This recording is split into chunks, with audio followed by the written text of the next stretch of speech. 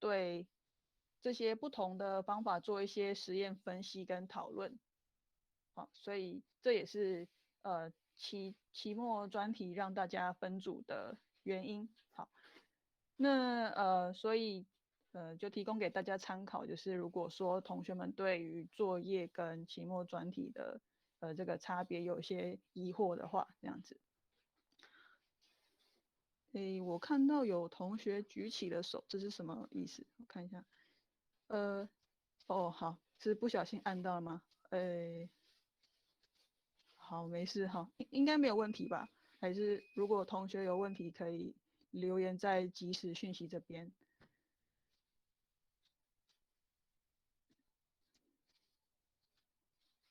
好，好，那再来就是下一周的课程的安排，因为我到目前还没有收到学校关于这个是否要继续线上课程的信，所以我们下周就会恢复实体课程。好，然后我看一下，我们教室是被分配在EC15这样子。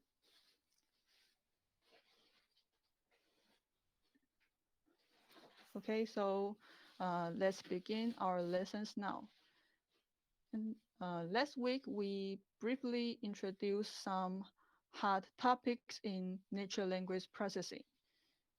So in today's lesson, I will cover some fundamental topics in linguistics and natural language processing. And because natural language processing lies at the intersection of linguistics and computer science. So some basic concepts of linguistics are also included in today's lesson. Okay, as I mentioned in last week, natural language processing is the field of studying how to make a computer program understand human languages. So to reach the goal, it focuses on analyzing large amount of collected natural language data for real-world application. And before introducing the methodology, I will first introduce the basic concept and terminology in natural language processing. And the following are some of the important terminologies in natural language processing, mostly related to language data. Uh, so the language data that used in natural language tasks is called a text corpus, or or a lot of corpus we can call corpora.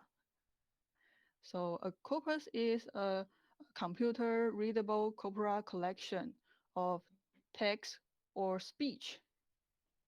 In other words, a corpus is a large set of text data that can be in one of the language, like English, French. Okay, so and the source of the text corpus can be collected from social network platform like Twitter, Facebook, and we can also collect blog posts from blog site, and we can collect some posts from open discussion forum like Stack Overflow. And a traditional source, maybe we can collect text corpus from books.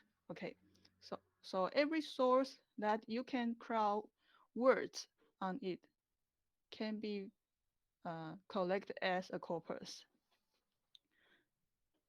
As for the decision of which sources we use as a corpus is based on our task, or we can say it is based on our purpose. For example, in some of the tasks like machine translation, we would require a multilingual corpus. For example, we might need both English and French translations of some of the same document content for developing a machine translation model. Actually, we call uh, the corpus that contains both English and French translations as a parallel corpus. The other example I show here is a document summarization. For document summarization, we need to collect a dataset consisting of the short and human written summaries about a long document. For example, headline and news. We can view headline as a summary of news. Besides, for the task related to speech, we will also need human voice recordings and the corresponding transcript corpus. So after understanding the meaning of corpus, we start from the smallest unit of text, which is words. So taking the sentence as example, uh, how many words are in the following sentence? We may count it as 13 words if we don't count punctuation marks as words, or we can count it as 15 words if we count punctuation as a word. It actually this depends on the task to treat like period and comma and other punctuation as words. Uh, Generally, punctuation is critical for finding boundaries of things and for identifying some aspect of meaning. Some spatial punctuation are important, uh, including a comma, period, question mark, actually. Uh, they can use for splitting sentence. Okay, so for some tasks like part of speech taking or parsing, we sometimes treat punctuation mark as if they were a separate word. And phrases are a group of uh, words within a sentence that can express a specific meaning. For example, in the sentence, tomorrow is going to be a rainy day. The part going to be a rainy day express a specific thought. Some of the natural language processing task, it tracks key phrases from sentence for searching and retrieving application. And the next level of lexical unit of language data is sentence. The common tokenizer uh, splits sentence into text based on punctuations like space and comma. So actually, in general, a sentence contains a complete meaning or thought and context, and it is usually extracted from a paragraph based on boundaries determined by punctuation like period, as I mentioned before. Um, and the sentence is very important in uh, natural language processing task because it conveyed opinion or sentiments in it. And a paragraph is the largest unit of text handled by a natural language processing task. It consists of several sentences that we can split paragraph to sentence based on punctuation. So in the previous slides, we have talked about the concept about using textual data as a corpus for natural language task. We can also transform speech to task for constructing a corpus. So for the corpora of spoken language, an utterance is the spoken correlated to a sentence in textual corpus. So for this utterance, uh, as a taking this sentence as an example, we can see this utterance has two kinds of disfluencies. So the first one is fragments, the broken off words meant. This is called a fragment. And the second one is a fillers. For example, the words like uh, um, or are called fillers or fill post. So here comes the problem. Should we consider these informal token uh, to be a word in our corpus? The answer is depends on our applications. If we are building a speech transcript systems, we might want to strip out the disfluencies, but we sometimes keeps disfluency in the corpus.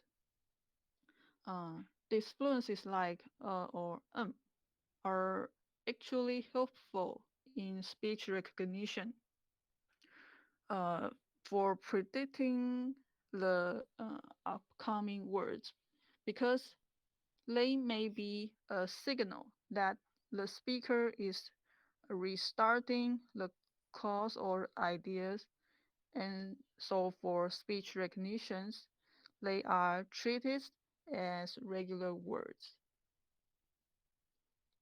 As I have talked about what kind of corpus is used and what kind of words should we consider as meaningful words is according to the application. So in the following slide, I want to introduce an interesting paper. The title is Discourse Marker Detection for Hesitation Events on Mandarin Conversation. This paper was published in Interspeech. Let's look at this papers. Okay, so hesitation is a common scene when people have difficulty in memory recall while speaking. Oh, okay. So a memory recall means people recalling their past experience, like what did I eat last night? Okay, so when we talk about our life experience, but we cannot remember some details, there may be a hesitation event in our speech. Actually, hesitations affect speech in several ways, such as uh, repetition, false start, and fill post. So when we need more time to think or react, we may use discourse markers. In English, common discourse markers Uh, in English, common discourse markers include you know, actually, like, I mean, okay, and so. And in Chinese, common discourse markers include 然后就是那个我觉得什么好像. Okay, so In this paper, the authors aim to propose an approach to detect the discord marker nug as a clue that people need a numerical assistant. For example, in this table, the word nug in the first utterance is a discourse marker, which has little semantic meaning and serve as a prolongation for the speaker to recall the following term. And the word nag in the second utterance is not a discord marker. It is a literally same word. The literally same words can have semantic meaning and are used as content words. It serves as a determiner. So the word nag in the first utterance is a clue that the speaker is hesitation, while the second word nag in the second utterance is not. So in this paper, the authors detect the hesitation in the daily conversation by differentiating the discourse markers from uh, literally same word. Because when we say 那个, it could mean we are thinking or we just use a literal same word to refer the words that mentioned in the context. Okay, so this is an example to introduce that we can choose uh, which word as a regular words based on our application. Okay, and after we understand some basic concept uh, in natural language processing, actually is about a corpus, word, phrase, sentence, and paragraph. Next, I want to give everyone some idea of the objective of natural language processing. Here is some linguistics fundamentals. And linguistics is an area uh, of study comprise many subfields. For example, like 语音学、音韵学、词典学. Okay, so but we will not cover all this topic.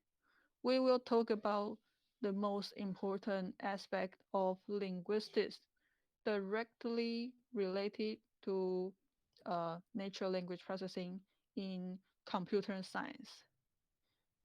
Oh, okay, so here are four linguistics fundamentals, including morphology, syntax, semantics, and pragmatics. Next, I will introduce them in order. The first one is morphologies. Morphologies concerns the structures of words. We can say that words are assumed to be made up of morphemes, which are the minimal information carrying units. For instance, usually can be thought of a composed of a stem, usual, and a prefix on and a fix ly. Okay, so we can use a morphological rule. We end up the word composed as ed rather than eed, like this. We can also apply morphological rule to find the roots of words, like going is the root of the word going is go, and the cats is cat. And you may wondering the morphology in Chinese. Someone might argue that Chinese characters themselves are qualified because all the words are composed of one or more characters. Uh, I think this is true in most cases. However, things sometimes are tricky. For example, the character 崩 就是contains two different meanings. One for negation, 不 is negation, and another 用 is for need. In this case, a single character bears two meanings. And how about the word 葡萄? It is quite confusing to explain what is pu or what is tau individually, right? Because two of they as a whole represent the meaning of 葡萄 grape, right? Okay. So in Chinese, there are uh, two basic characteristics of morphemes. The first one is whether it is free or bound. For instance, the word 人名, 人 can stand independently. We can say 这个人,那个人. Okay. However, when it's come to mean, this word mean, we would never regard it as it can stand independently like 人, right? But we can understand its meaning. Um, the second basic characteristic of moving is whether it is content or function. Um, for example, the word 扣子, we would find the forming 子 does not have any meaning on its own in this word, this phrase, but it does have a grammatical function that is turns the verb 扣 into a noun，就是指这个字会让搭配成扣，这个原本应该是动词，它们会变成名词这样子。Oh, okay, so we have a little uh, we have introduced a little concept about morphology now. So we said language is a set of valid sentence, but what makes a sentence valid? Actually, it is based on syntax and semantics. So I want to introduce syntax and semantic. And here I introduce syntax and semantic together because someone thinks they are a little bit ambiguous. So the first syntax is the structures of sentence. Or we can say the way words are used to form phrase. Um, for example, in English, the the word will come before a noun, like the dog went away, and the dog is a noun phrase, and went away is a verb phrase. So in this sentence, we can also see that in English sentence include a subject is the dog. The dog is a subject, and a predicate went away is a verb phrase. Okay. So syntax concerns the structure of sentence, while semantics concerns meaning of individual sentence. Actually, we Here we talk about semantic is about uh, compositional semantic. So compositional semantic is the construction of meaning based on syntax. And this is different from lexical semantic. Actually, lexical semantic is the meaning of individual word that we will introduce in the following slide. So a sentence that is syntactically correct, but it is not always semantically correct. Okay. For example, uh, cows flows superly is grammatically valid because it contains a subject, a verb, and adverb, but it doesn't make any sense, right? So syntax is the grammatical structures of the text, whereas semantic is the meaning being conveyed.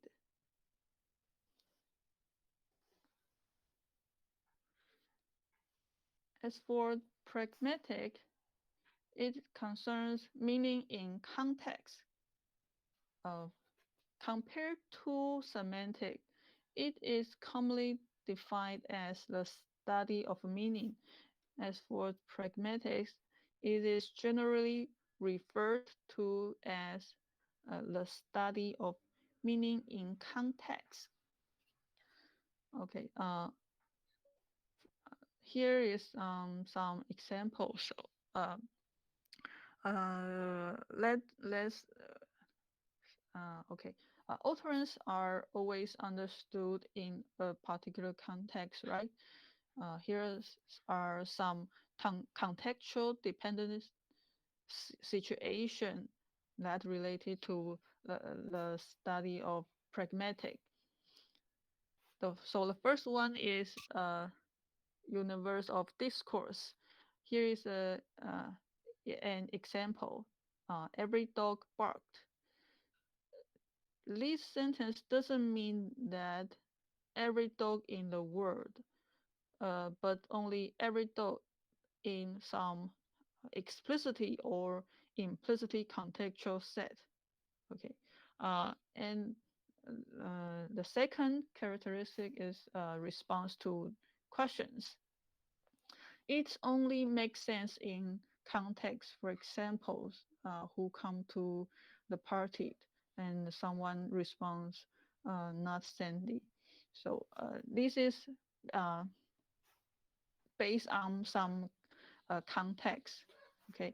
The third one is implicitly relationship between events. Here is an example. Max feel John pushed him. So the second sentence is usually understood as providing a causal explanation of the first sentence. So in pragmatics, it concerns the meaning in the context and how the sentence related to each other.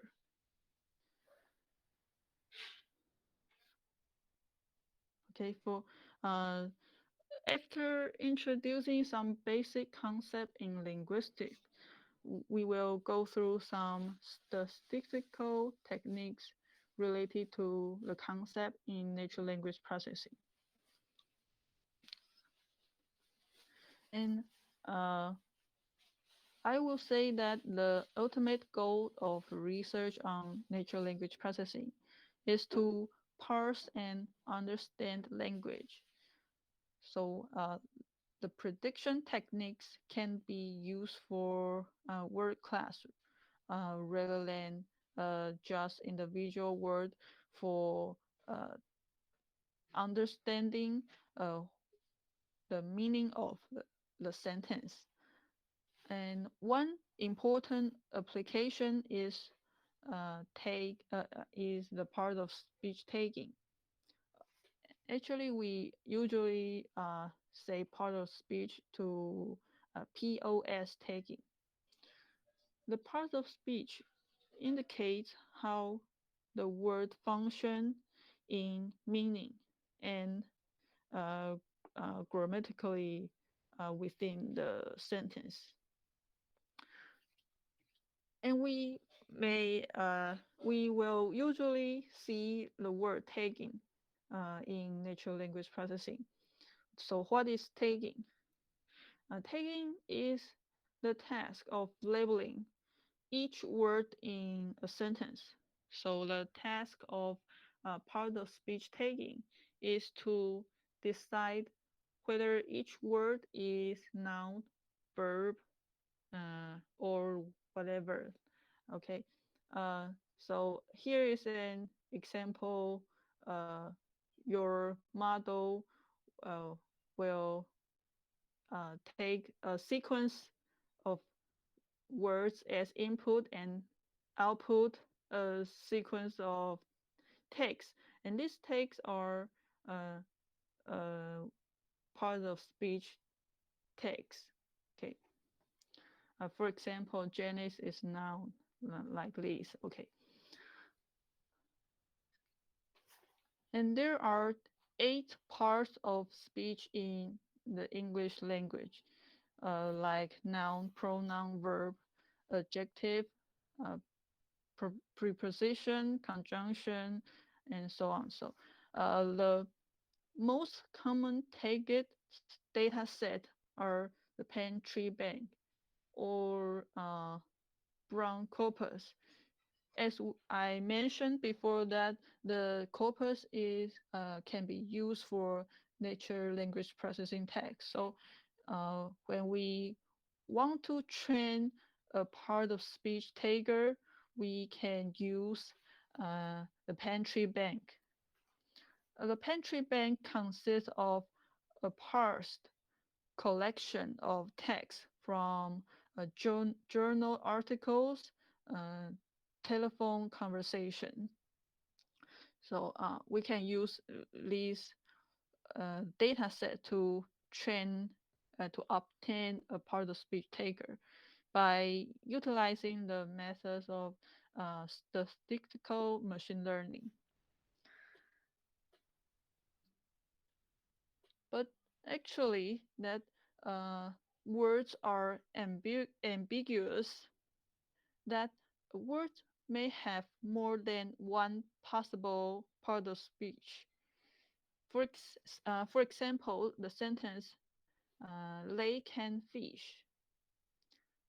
Uh, here are 3 words. I think "they" is not ambiguous, but "can" and "fish" are ambiguous because these 2 words have different part of speech. Um, for example, fish can be singular noun, pronoun, or verb, and can is also can be a singular noun, modal verb, or verb. So depend on different part of speech. This sentence can have 2 readings. Uh, the first one is the most likely, that uh, is about ability to fish，就是他们可以钓鱼。Okay. And the second reading is about putting fish in cans，就是他们把这个鱼放到罐头里。So in this example, fish is ambiguous between a singular noun, plural noun, and a verb. So if can is used as a modal verb，就是助动词，那it is belongs to the first reading. Or if we use can as a verb, the meaning is put in can, then it belongs to the second readings. So for the first readings, a part of speech uh, taking is likely to be this one. Uh, okay, can is a modal verb 助动词，and fish is a base form of verb 就是钓鱼的意思。And the other synthetically possible reading is this one. In this case, can is a base form of verb，代表可以的意思。sorry，讲错了，不是可以的意思，是把东西放进罐头的意思。Okay，and fish is a plural noun，复数名词，就是他们把鱼放到罐头。So actually, so we can use part of speech taking to help us to distinguish the meaning of the sentence.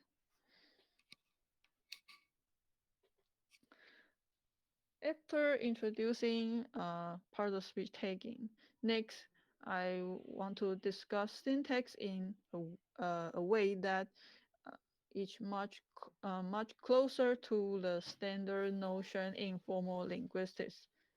Uh, the most widely used formal system for modeling constitute structures is the context-free grammar. Context-free grammar is a list of rules that define the set of all well-formed sentences in a language. It has four components, and these components apply to grammar of natural language. The first one is a set of non-terminal symbols. For example, the parts of speech. Okay, and the non-terminal is associated with each word in the lexical is its lexical category, and lexical category is uh, part of speech. And the second rule is a set of terminal symbol. And okay. Sorry, I have me. I have changed the sequence. Oh, okay. So the sorry. The first is the terminal symbols. The terminal symbols means the words, and the uh, uh the word in the sentence is the terminal symbols, and for the part of speech is the non-terminal symbols. And the third rule is there is a start symbol denoted by the character S in upper case. It is a member of the set of non-terminal symbols. So the first rule is a set of rules. They are from a left-hand side to the right-hand side. The left-hand side is a single non-terminal symbol, and the right-hand side is a sequence of one or more non-terminal or terminal symbols. So, for example, like this, we can write S to NPVP. So S is um, a start symbol, and it linked to a noun phrase and verb phrase. So these figures is the parse trees of the constituency parse result. And this sentence is they can fish in December. So a constituency parsed tree display the syntax structure of a sentence using context-free grammar. Here, S to NPVP means a sentence is defined as a noun phrase followed by a verb phrase. Then VP linked to V and VP means a verb phrase is composed of a verb and a verb phrase. Then VP can be linked to VP and PP, where means uh, this verb phrase is composed of a verb and verb uh, a verb phrase and a PP attachment. Then PP attachment is linked to P and NP means a preposition followed by a noun phrase. But there's uh, one important thing to notice is uh, this example uh, contains a lot of potential ambiguity. We have seen the example about the sentence lake and fish before, right? Uh, this sentence contains some lexical ambiguity because the question is arise from the dual lexical entry of can and fish. Actually, this syntax structure also has a problem of ambiguity. And so I show some example in the next slide. Okay. I would say that the biggest problem uh, that arises with constituency parsing is structural ambiguity. In this slide, I show two structures for the sentence. Salespeople sold the dog biscuit. Uh, the right, the left structures means sell people are selling dog biscuit，OK，就是销售人员在卖这个狗食这样子。And while on the right structures, it means the sell people sold a biscuit to dog，就是变成销售人员是卖狗的饼干给狗这样子。So the correct parts correspond to determine the correct meaning. If we have a different parsing result, we have different meaning of sentence. Okay, so we have look the one of syntax structures that is constituency parsing.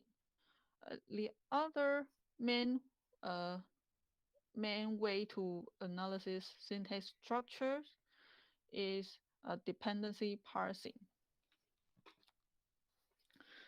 We have introduced context-free grammar and constituency parsing. Here, I want to present another important family of grammar called dependency grammars. Similar to constituency parsing, dependency parsing is helpful in word processing system and grammar checking. However, dependency parsing differ from syntactical parsing. It uses dependency grammar and display only the relationship between words rather than sentence structure and relationship. It is each word as a node and displaying link to its dependent. For example, here is treat each word as node. Uh, you can imagine this as a word and this is another word, and uh, we can link to this word as a head to its dependent, and this is called relations among the words. So relation among the words are shown above the sentence with directed labeled arcs from head to dependent. So dependency trees are often more concise than constituency trees because they only display grammar between a head and its dependents. So a dependency grammar approach abstracts away from a word order information. It only represents the information that is necessary for the parse.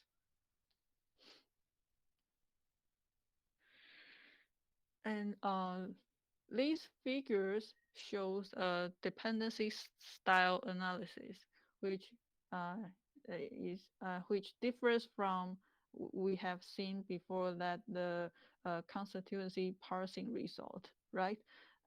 Here is uh, a root node that explicitly mark the root of the tree. In this sentence is a prefer, a verb, like okay.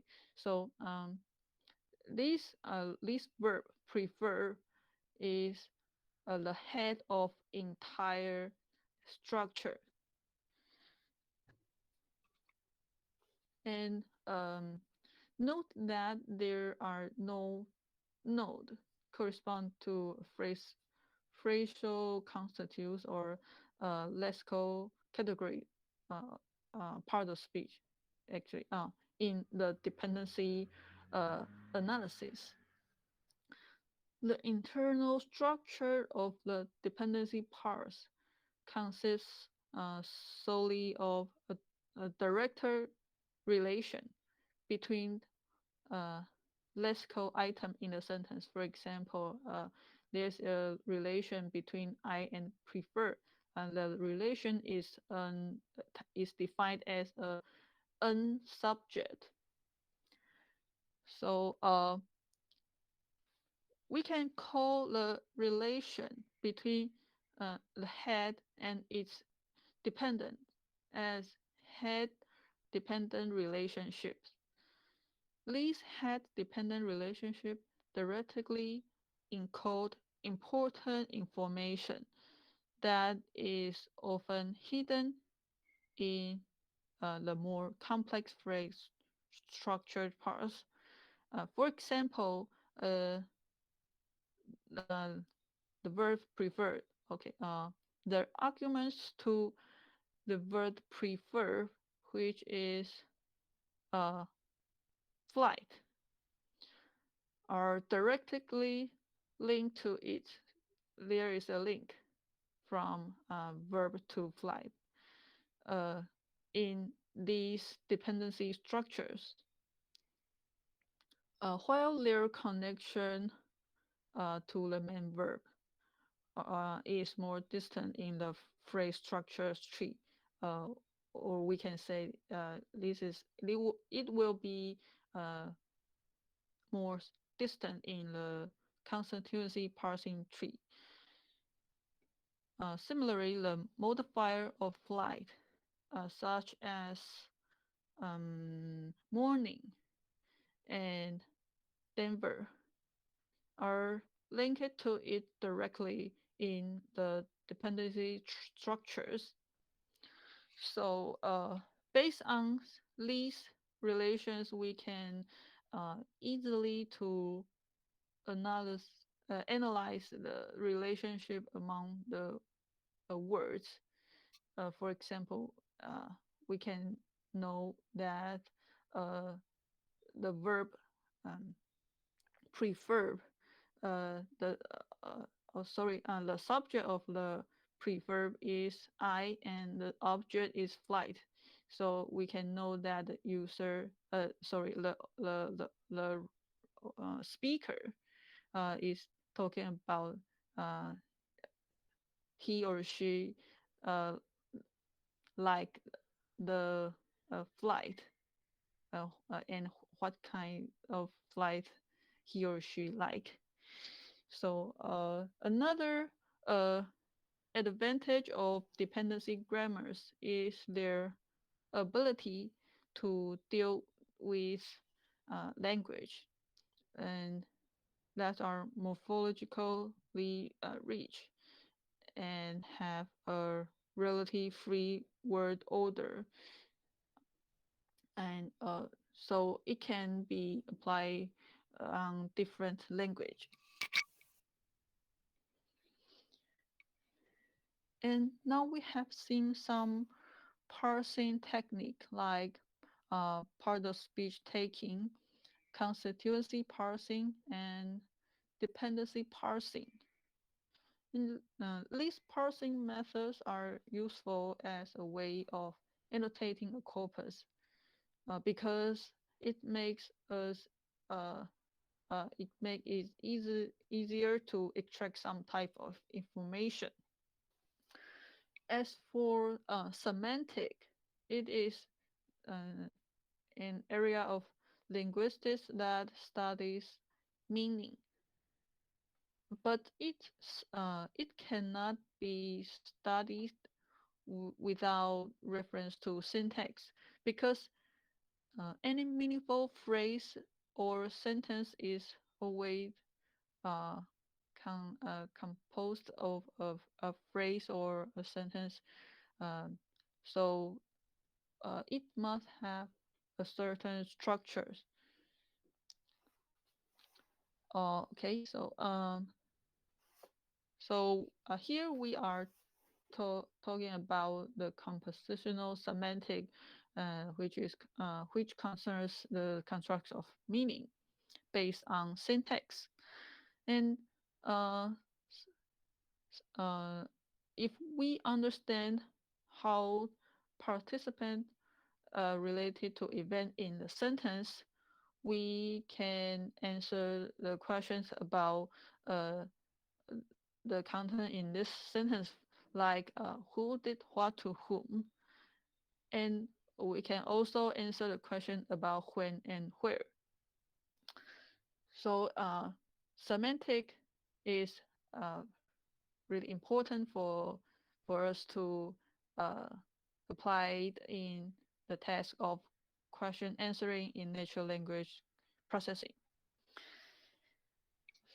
So specifically, semantic relationship means the relation between a verb and a noun argument, uh, which which we can say that like a role in a sentence, like agent, patient, instrument, or destination, so that we can answer the question about who did what to whom and when and where, right?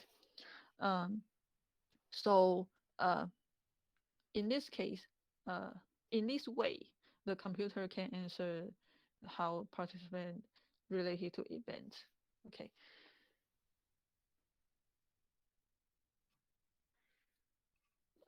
but in real world, uh, human expression are diverse.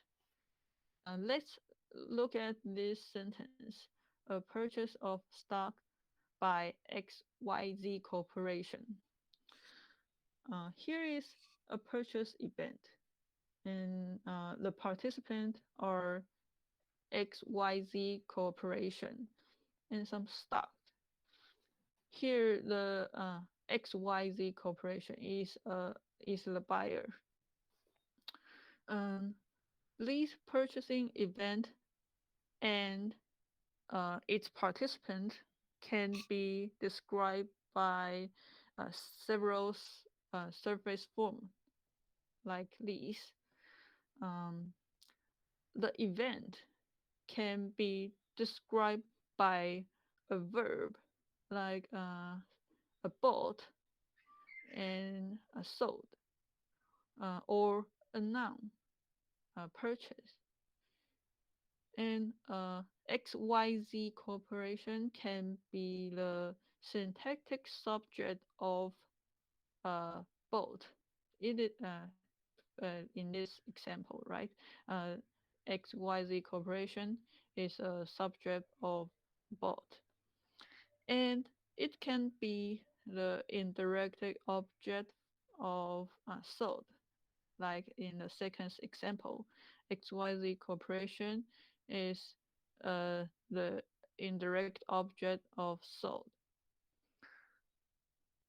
So these shallow semantic representations express the role that argument of a predicate take in the event.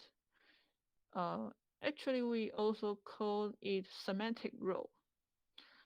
We assign role to span in sentence, the preference that predicate express about their argument, such as the fact that the a thing of eat is generally something edible. Okay. Oh, it seems that it is time to take a break. So let's have 10 minutes break.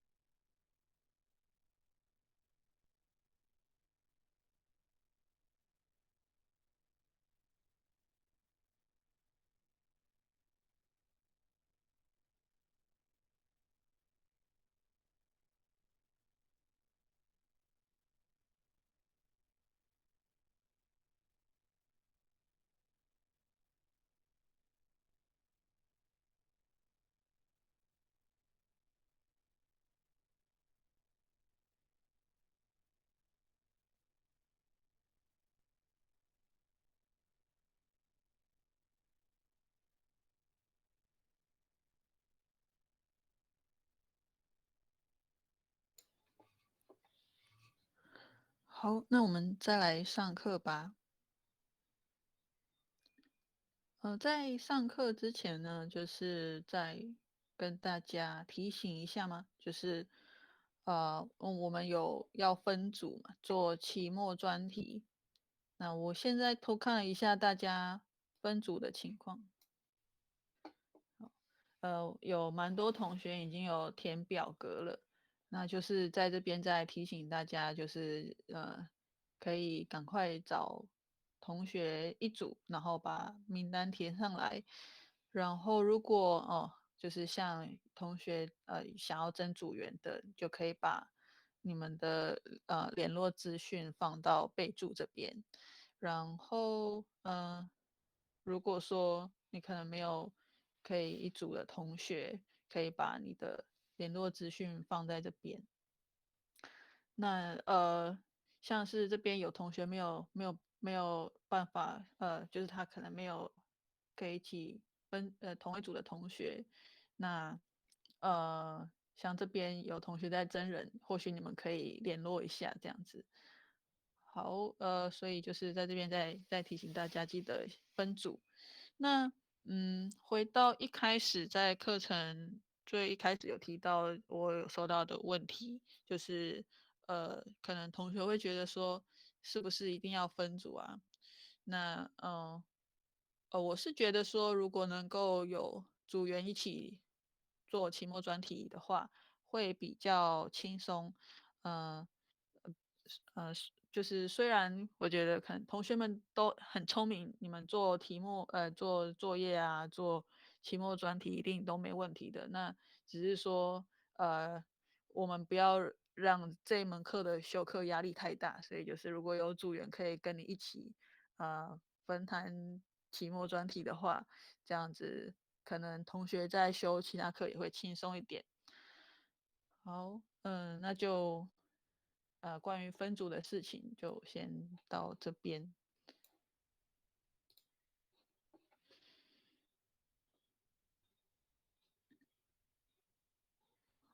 诶，我的简报，OK。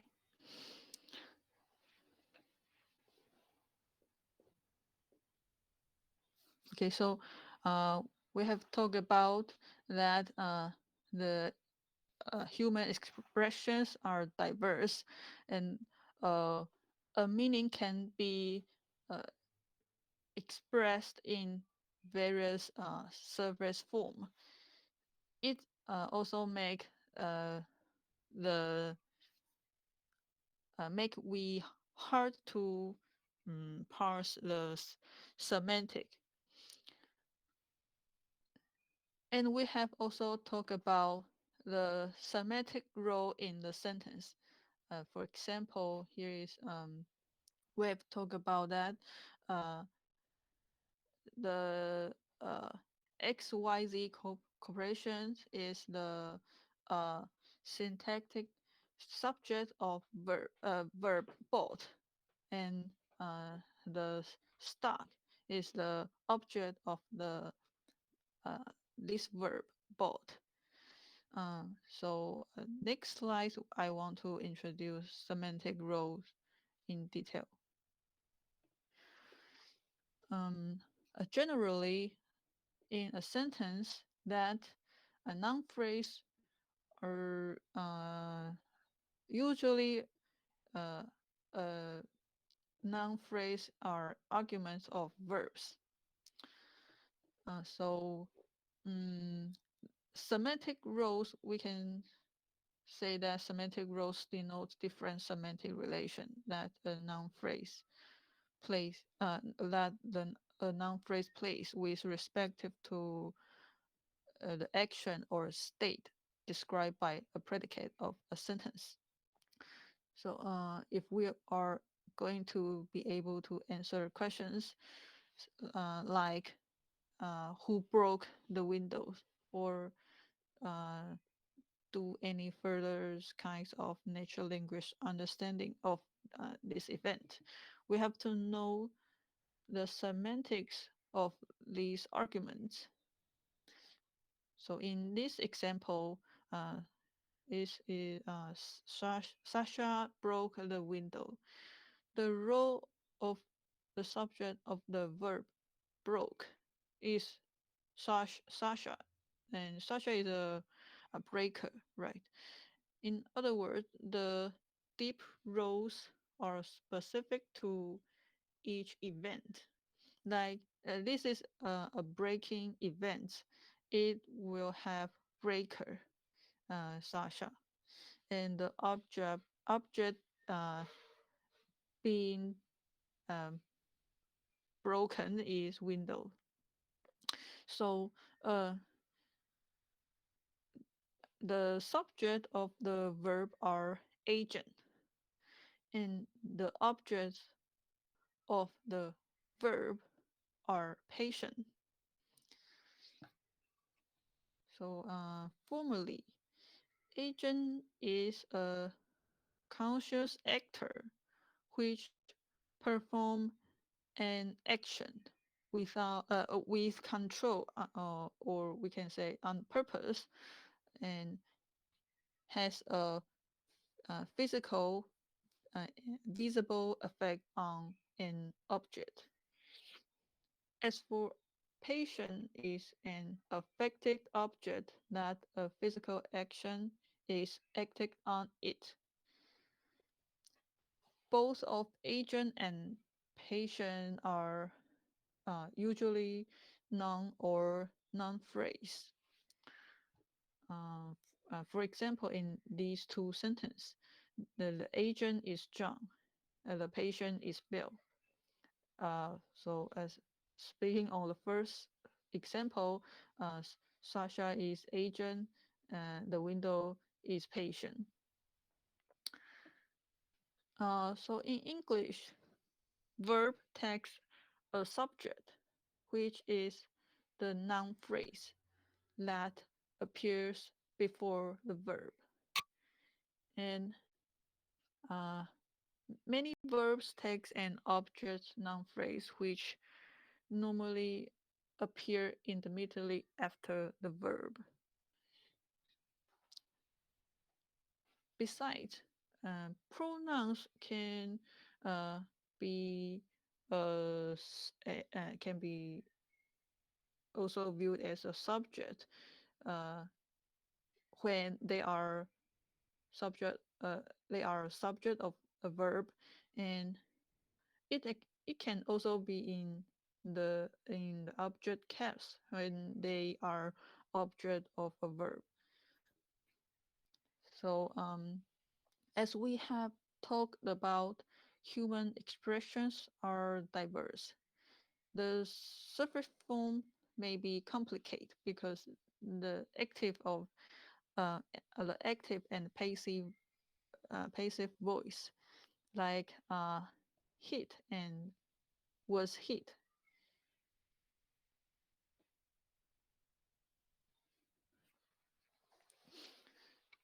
Okay, so uh, in conclusion, here I list the most common semantic role, including agent, patient, instrument, goal. Okay, the agent of an uh, action is the person of or things that is doing something.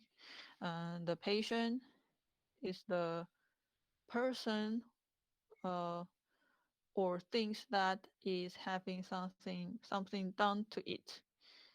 And other roles like instrument and goal describe yet other class of semantic relationship. And for the instrument, it is usually an inanimate object the agent used to conduct an event, like a knife is used to uh, cut the cake, or a bat to hit the ball. Mm, and the goal is the destination of an object of a transfer event.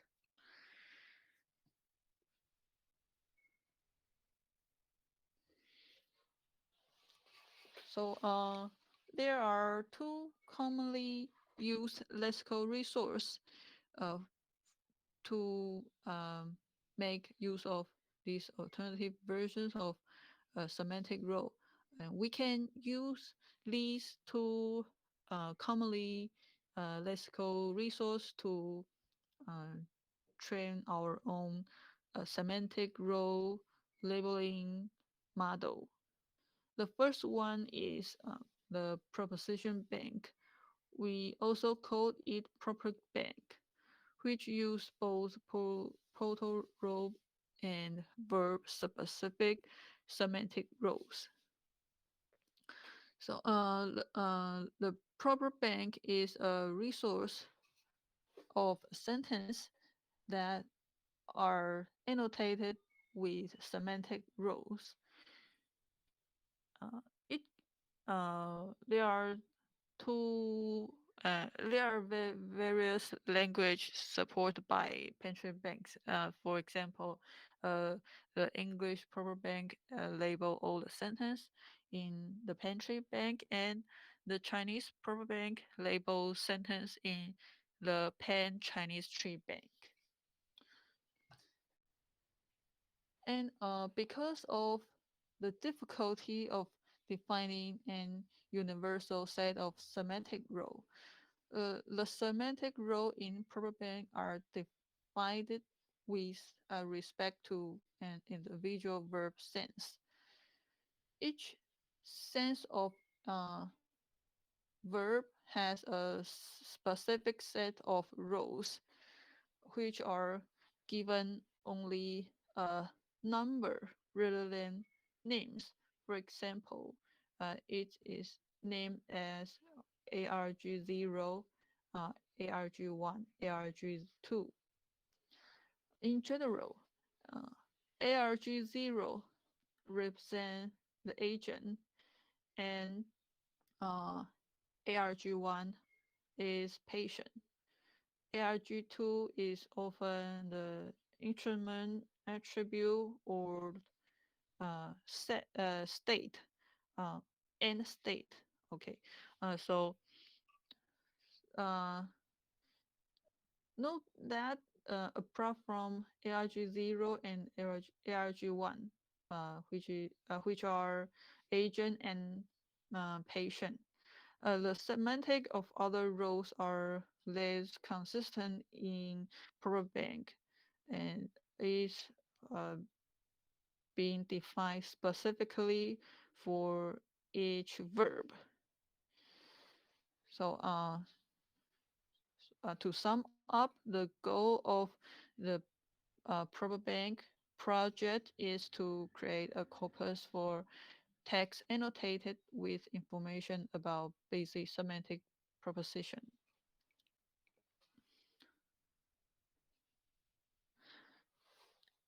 And the other resource is FriendNet, uh, different from ProperBank. It uses semantic roles that are specific to a general semantic idea called frame. And the FriendNet project is another semantic role labeling project. So it is a long-standing manually developed resource of English frame represented in a structured format by a group of linguists in Berkeley. Uh, whereas a role in the proper bank projects are specific to an individual verb. Roles in frame projects are specific to a frame. So we have talked about a lot of time the noun's frame. So what is a frame? Frames are structures that are used by human for organizing our common sense knowledge. Mm, and I will show an example in the next slide to uh, talk about what is the structure of frame and why I said that uh, the frame is used by human to organize our common sense knowledge. And uh, actually, FrameNet is widely used in several applications like semantic role labeling, information extraction, machine translation, event recognition, and sentiment analysis.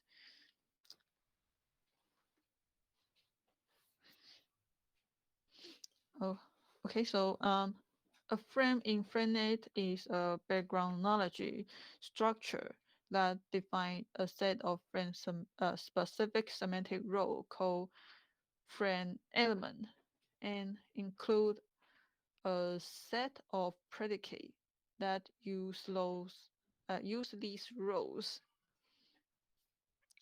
Um,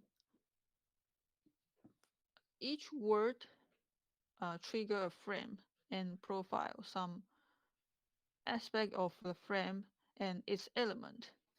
Um, so here I give everyone an example of the frame injection. It consists of the definition of a frame or the frame of ingestion. Like in ingestions, it means an ingester consume food or drink. Uh, Food or drink can be viewed as ingestibles. Okay, so it can be viewed as an organized human analogies about the word meaning of ingestions, right? So the FrameNet dataset includes uh, a set of frames like the ingestion is one of frame and frame element. So what is frame element? For example, in uh, injection in this frame, there are some role related to this activity, like ingestible, uh, like food or drink. And uh, ingestibles is the object to the uh, ingestion. And we can have a role like ingester, which is the subject who is eating. We can have the role like instrument, means the tool that the subject use for eating the food. And other uh, role like degree, place, time are used for describing other uh, like situation or other information about the activity of ingestion. So we can say that uh, uh, the the FrameNet dataset includes a set of friend and friend elements. Um, it also contains the lexical unit associated with each friend and a set of labeled example sentence. So the uh, lexical units we can view as the word that will trigger the frame. For example, in the frame of ingestion, the lexical unit include consume, devour, dine, drink, eat. So each would trigger a frame and provide some uh, uh, trigger the frame and its element. Um, in FrameNet, it also uh, encode relationship between frames, allowing frame to inherit from each other. There, uh, so in other words, every each of frame in the FrameNet they have um, hierarchical relationship uh, between each other to represent uh, the relation between frames like causation. If you have interest in the structure of FriendNet, you can check it on their website. Okay, so I want to show the example of FriendNet for everyone. So wait a second.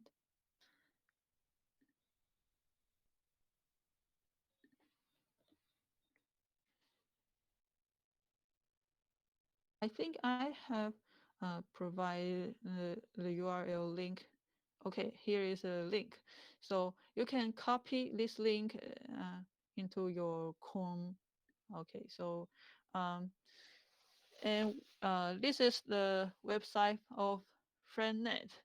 So we can see that this is a friend index, and there's are a lot of friends, including like okay, activity. So what? Where is ingestion?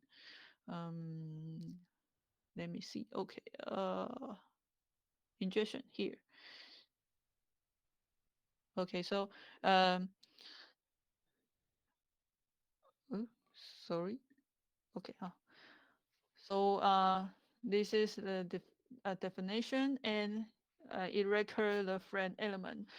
Actually, it divide into two types: a core element and non-core element.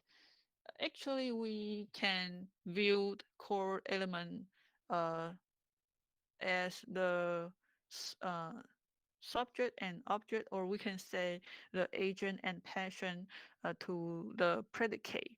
Uh, so the predicate in this case is the lexical unit. For example, when we use like eat in the sentence, we can say I eat a hamburger last night. So I is the subject of eat, right? Now, and hamburger is the object of the eat.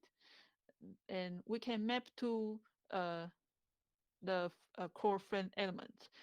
Ingester is I in the sentence I use as an example, and the hamburger is ingestible, which is a object or a patient in the sentence. It can also map to the uh, core friend element in defined in this friend ingestions.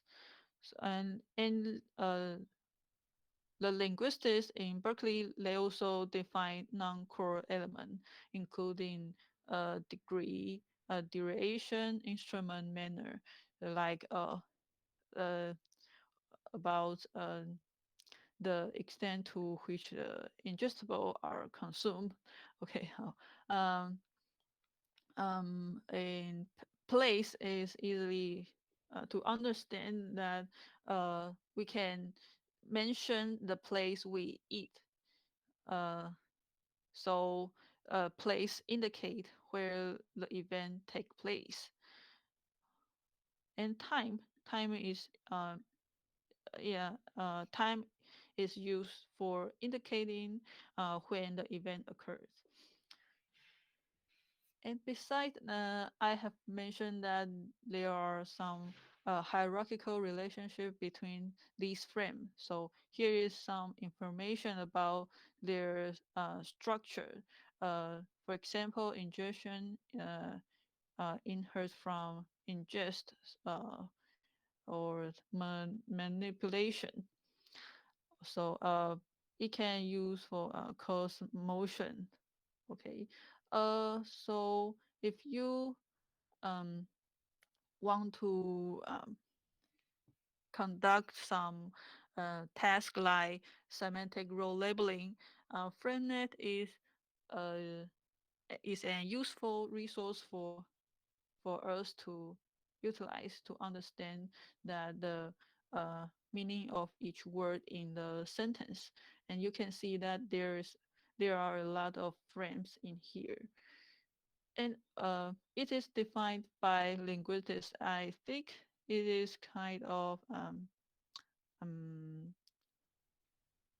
completed, and so I think is a really useful resource. Okay, so if you have interested in FriendNet, you can check it on the website.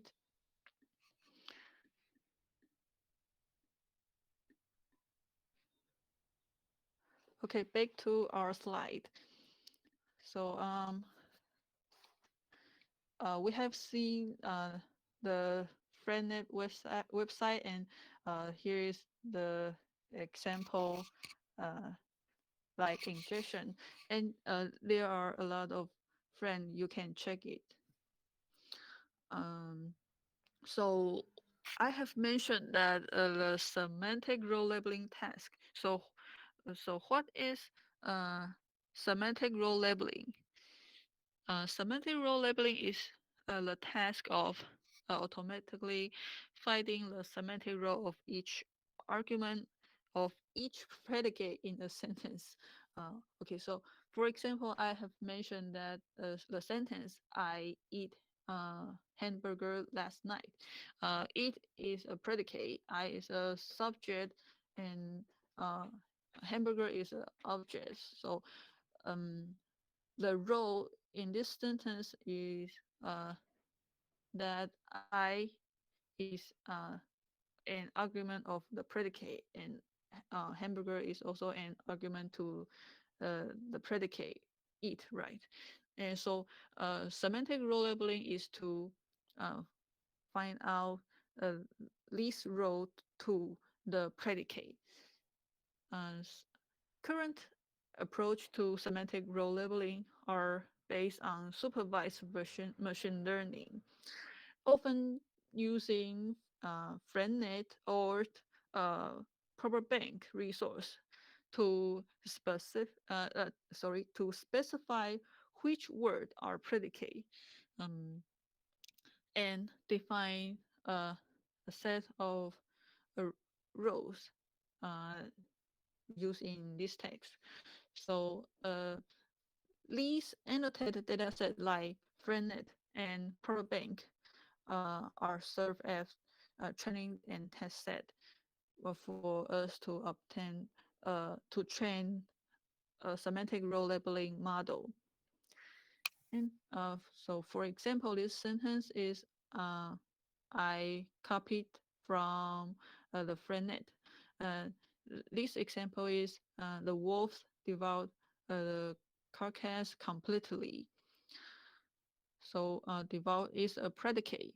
Actually, verb are usually a predicate, and the ingester is wolf, which can be regarded as a subject, and the carcass is ingestible, which is an object. And the word completely denotes the degree. So this is the semantic role labeling text uh, have to do with for example, to take uh, the role of the wolves and the carcass, and also completely.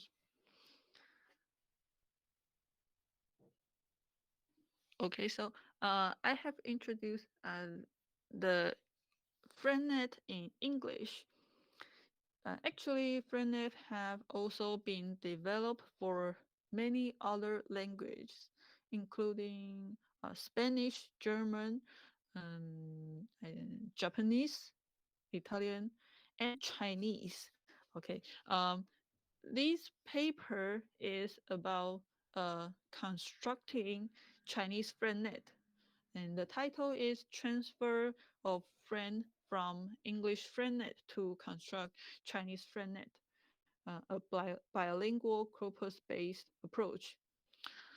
I have mentioned that bilingual corpus is a corpus that consists of uh, two language. They the they are parallel. For example, the target language is English, and the source language is English, and the target language is Chinese. So in this case, we can call this kind of bilingual corpus as a Chinese, English Chinese parallel corpus. So in this paper, the authors capture the mapping between English lexical entries and their Chinese counterparts in a large-scale sentence aligned Chinese and English bilingual corpus. And this paper is published in LRAC in 2018. So in this paper, they first label English sentence in the bilingual corpus with frame semantic using semaphore. Here, semaphore is a parser uh, constructed by utilizing the dataset uh, from FrameNet. So utilizing semaphore parser, we can generate a predicate argument structure from the uh, English sentence. After obtaining the uh, semantic structures on the English side, we can use a, a Tsinghua aligner, which is a toolkit that to align English word to the Chinese word in its translations. So the second step is to use Tsinghua aligner to derive English and Chinese word pairs. For example, in this sentence, okay, after we use the semaphore parser, we can uh, get the uh, the predicate by, and it is belongs to the frame commerce by, and we can also uh, label that the buyer is I and goods is a car. Then we apply Tsinghua aligner from English to Chinese. We can get that uh, afford and buy is aligned to 买得起, and I is aligned to 我, car is aligned to 小汽车. Then we map the semantic role from the English sentence to Chinese sentence by this link. So we can get that the word buy and the word afford mapped to 买得起. So 买得起 is belong to the frame commerce by, and I is aligned to 我, so 我 is a buyer, and a car is aligned to 小汽车, so 小汽车 is a goods. Then so during sorry using these three steps, we can obtain the parsed result and the alignment information gathered from semaphore and Tsinghua another to produce Chinese FrameNet style annotation.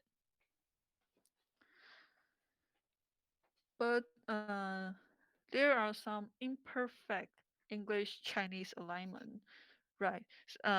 So the invalid projects, the invalid projections are removed, like some Chinese projection with missing frame element are discarded.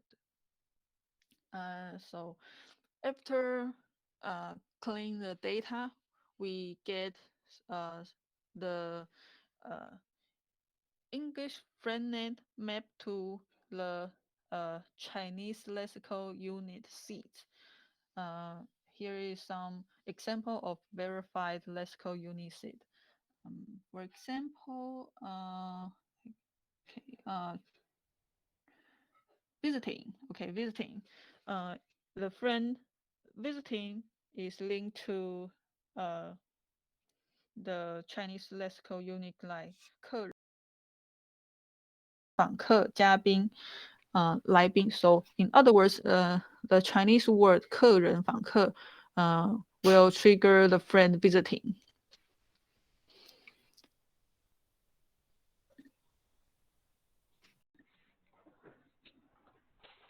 So we have talked about the semantic and semantic role. It is about compositional semantic, but compositional semantic is the compositional semantic concerns the construction of meaning based on syntax, but it's differ to lexical semantic. Actually, lexical semantic concern the meaning of individual words, right? One way to approach lexical semantic is to study how word meanings and related to each other. We can organize word into a lexical hierarchy. So in natural language processing, we can define the words how can I say that? We can define the hierarchical relationship between words.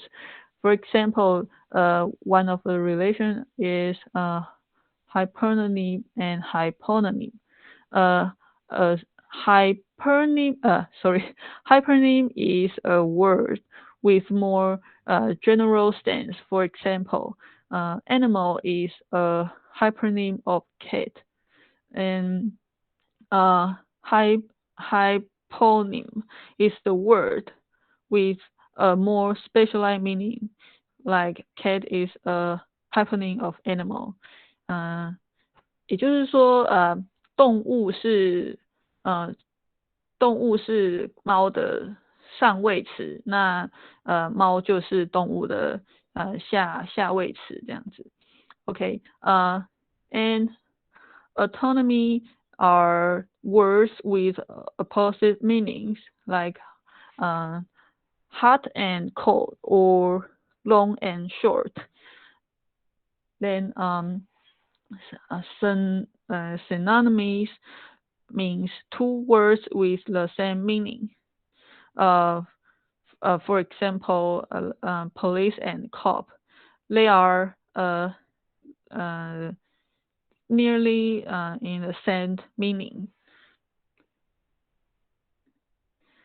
As for the part-whole relationship is called meronymy. The word tire is a meronymy of car, and leaf is a meronymy of tree. So a meronymy denoting a part of a whole mean denoting a whole.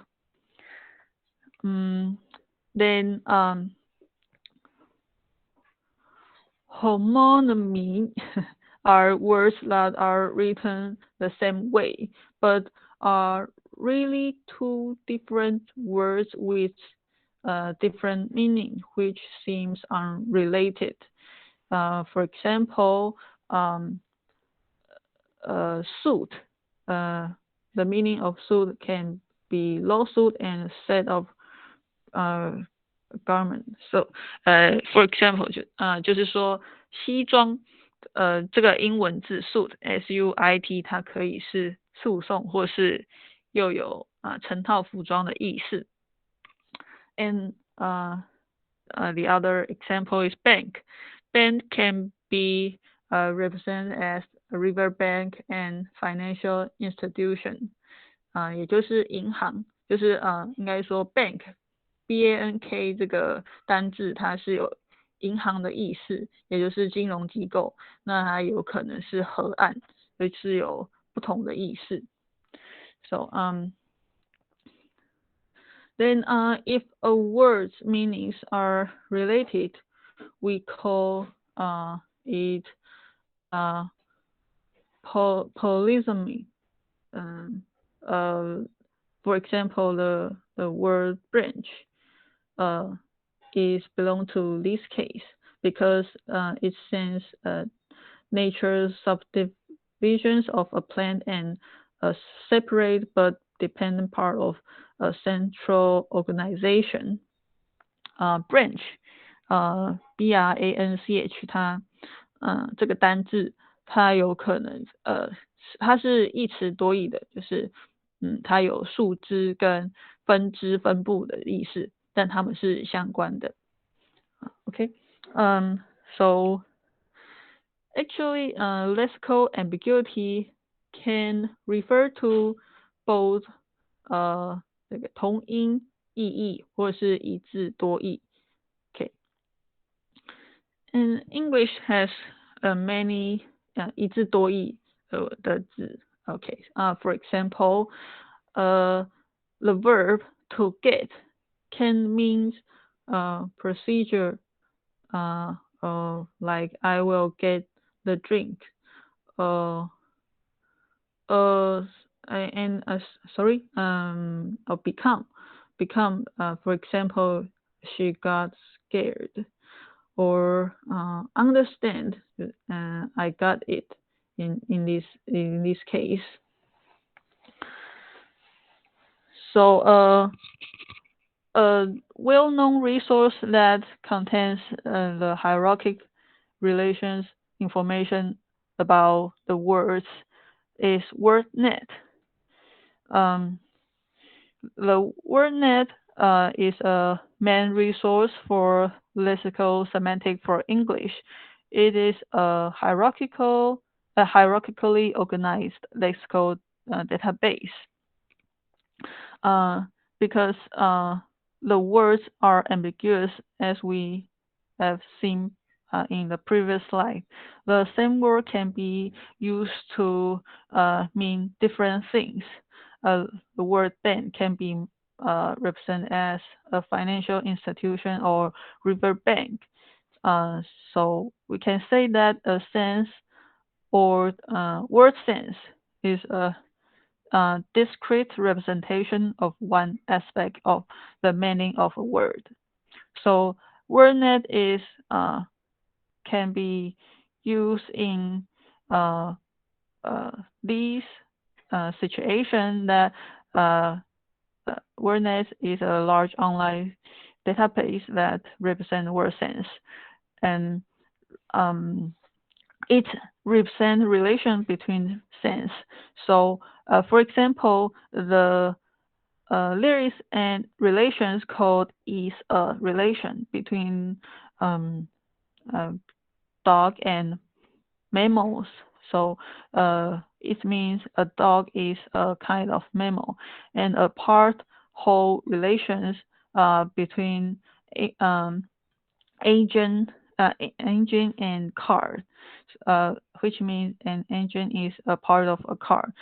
So it's the relations uh, organized in the WordNet that we can use as a resource for uh, parsing, or we can say we can get the lexical semantic uh, for the words used in natural language processing task, and it uh, contains a large coverage and it is freely available. Um, So we usually use the definition in WordNet to figure out the relation between words. And actually, in the real natural language processing task, um, the words are present in various service form, right? So if we want to cluster these words into several groups, like cat, dog, uh, uh, and they are mammal. Oh, okay. So and car and bicycle, motorcycle are the other group.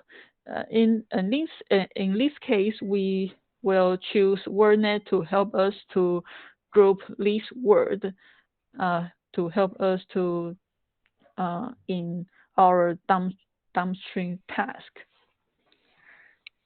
And in the following slide, I show some example in WordNet.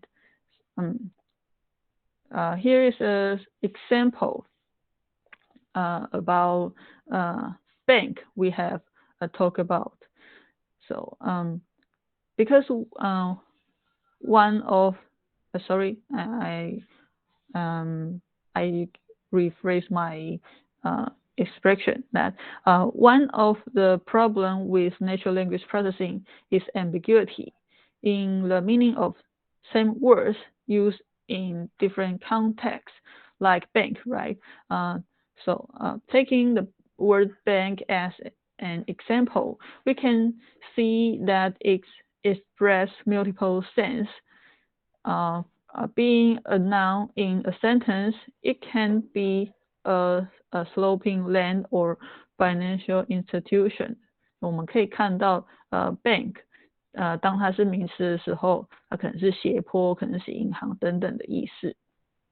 好，okay, so this is in the case when bank is a noun in a sentence. And bank can also be a verb in a sentence.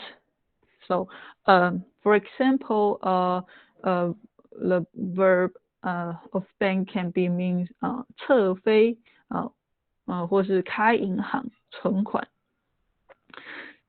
So based on these example, we can say that in natural language processing, the task of determining which sense of a word is being used in a particular context is called word sense disambiguation. And to deal with these challenging issues, in other words, is to distinguish the word sense of the words. We will give supervised and unsupervised algorithms for deciding which sense was intended in a particular context. So these tasks we call word sense disambiguations has a very long history in computational linguistics and many applications. For example, is it important for the task of question answering? We can be more helpful to a user who asks about bat care. That because bat, B-A-T, we know that there are multiple sense of bat, right? A bat can be a vampire or a baseball. So if we can understand the word sense that in questions, we can know that what the information need of a user, and we can construct a system that can retrieve answer, or we can say it can answer the correct information to the user about the query. Oh, okay. It seems time to take a break now, so let's have a 10 minutes break.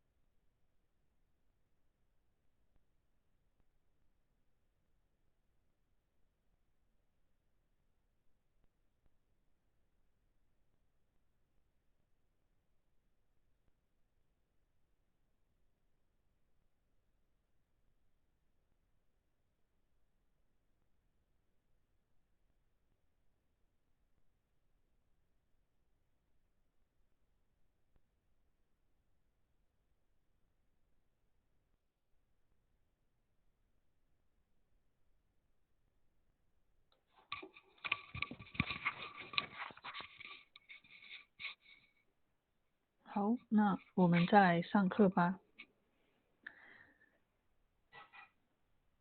好，and okay, so we have introduced about the lexical semantic that we introduce WordNet, which is a large scale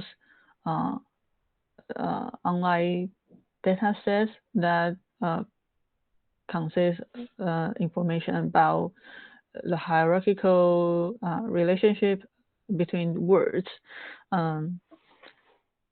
So as for Chinese resource, sorry, I forget to mention that WordNet is in English. So for Chinese resource, there is another resource like WordNet is called eHowNet. eHowNet is constructed by 中研院. So it contains the word sense of Chinese word. For example, the word ball in eHowNet, it contains the concept of ball that is a tool for eating, and well, we can put food on it. Then the attribute of a ball is that the shape is round. So it is an effective electronic dictionary that provides lexical knowledge and encode common sense knowledge in natural language area, natural language processing area. For example, I remember that the word apple in eHowNet is a record that the shape, the color is red.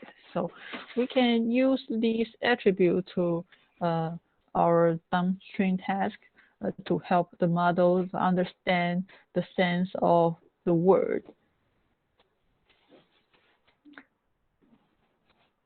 So after introducing lexical semantic, actually we have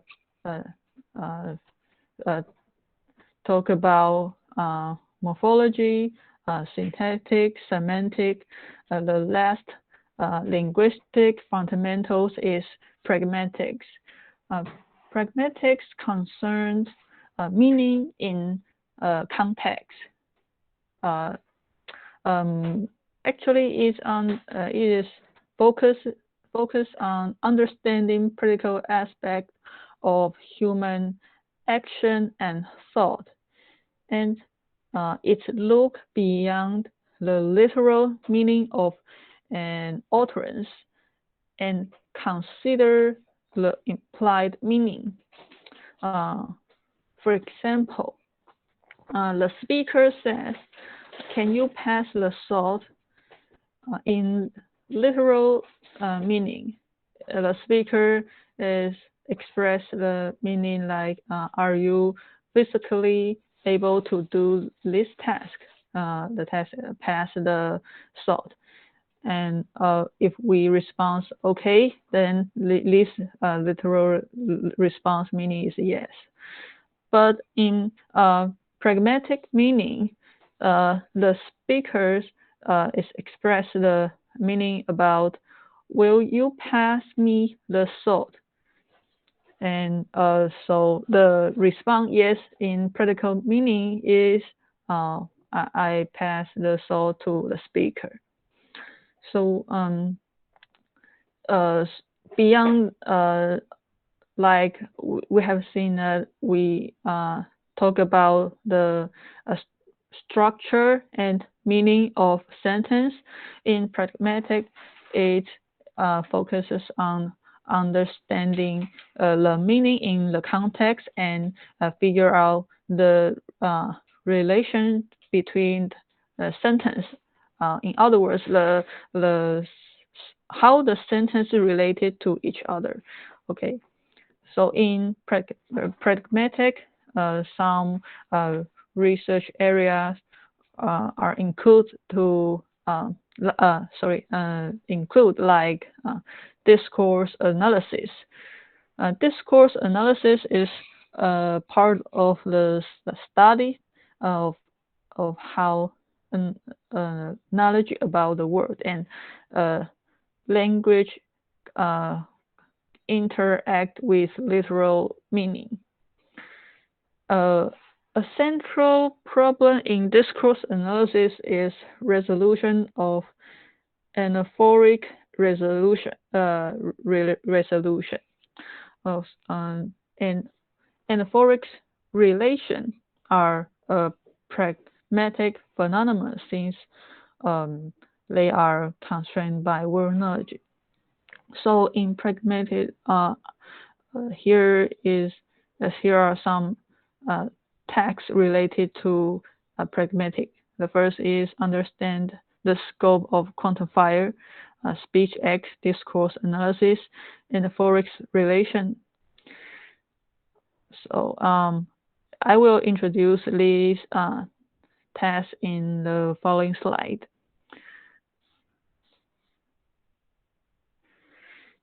So the first one is about the scope of quantifier. Um, there are many other important problems in assembling the meaning of a larger unit. So one example is the problem of scope. Quantifier and operator have a scope which extend over one or more phrase or clause. For example, the sentence, some men danced with every woman. Uh, this sentence have two different meanings. The first meaning is that the interpretation of the prepositional object quantifier is dependent on interpretation of the subject quantifier. For example, that the first meaning is there is at least one man who dance with every woman. So the prepositional object quantifier is the every woman. The these prepositional object quantifier depend on the interpretation of the subject quantifier. So it's said the subject quantifier some is said to have scope over the object quantifier. And in the second meaning, just the second meaning is for every woman there is at least one man who dance with her. So in this case, the relative scope of the quantifier is opposed to the first meaning that the object quantifier every has a wider or a broader scope, and so the subject quantifier is in the scope of the object. So based on different scope of quantifier, we can interpret this sentence into two different meanings. And the other issue in pragmatic is identifying speech act of the utterance. Actually, natural language dialogue is an ideal interface for natural language system, right? Because it is in line to human nature, and it is efficient in exchanging information with end users, which means interact. It is efficiency to interact with humans. So the interface could be used on information query interface or customer support service or a reservation or registration service. However, the mapping between a word to semantic concept or utterance to real user intention uh, is easily failed to achieve coverage on a new domain or on same domain. It usually takes times of uh, uh, labor to uh, construct a handcraft scenario and other uh, mappings that a dialog manager has to perform when domain change. So we have to design a new scenario again when we apply the system on a new domain. So um, to understand the speech act of the utterance is important for the system to understand what the user's uh, meaning, and further we can understand what the user want to do. So we can say that speech act is an intention of human utterance in humans utterance. Um, for example, speech act is sometimes expressed by an individual that not only present information but perform an action. Like we have uh, seen the sentence, the speaker said, "Can you pass the salt?" In this example, speakers is considered a speech act as it expresses the speaker's desire to acquire the salt and presenting a request that someone can pass the salt to the speaker, right? So this is we call speech act or intention of the speaker. So in a conversation, the word in the utterance represent not only the word themselves, but also the intention the user want to express. So interpreting each semantic meaning of a word is not enough for constructing a dialogue system to fully understand user need to produce proper response. For better interacting with the users, um, a dialogue system must be able to recognize and capture the speech act, which may imply the intention of the user. For example, this is the National Taiwan University Hospital corpus, and here are many utterances, and each utterance are labeled with a speech act, which can be also viewed as an intention or the user the action the user want to perform. And in the first utterance, the user address a department, so that means he want to register at the hospital. So the corresponding speech act is elaborate fact, and you can see that based on different utterance, there are different speech acts.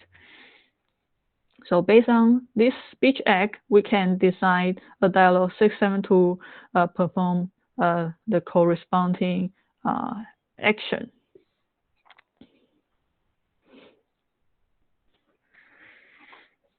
And other issue in pragmatic is co-reference resolution.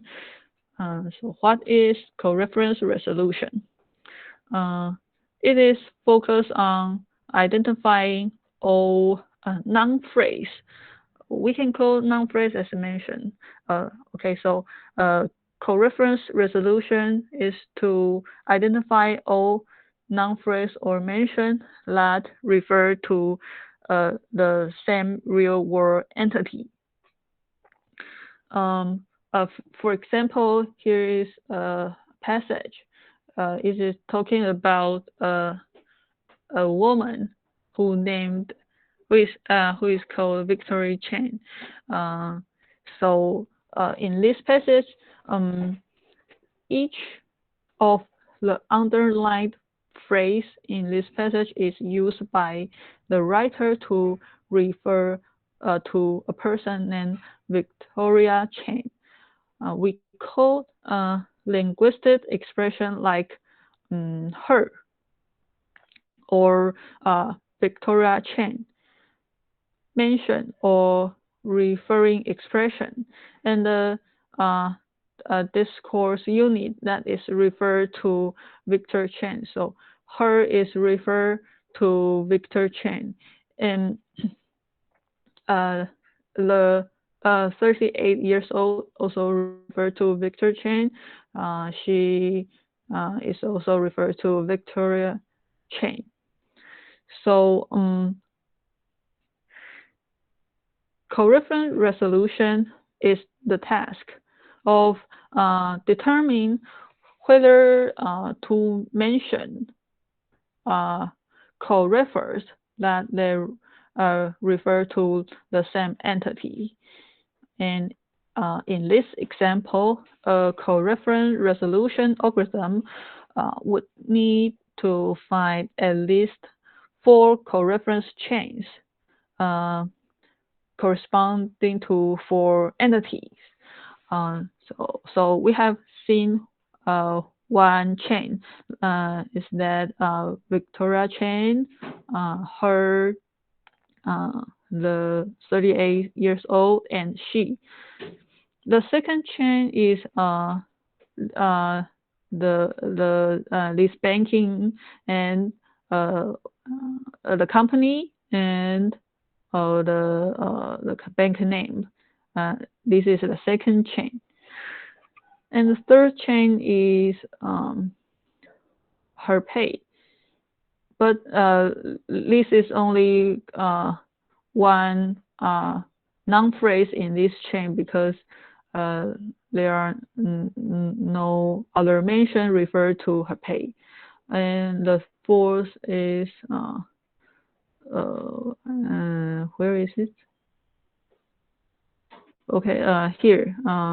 It is I think it's a location, and it is a fourth chain, and it only contains one phrase, so, because no other pronoun or other mention refer to it.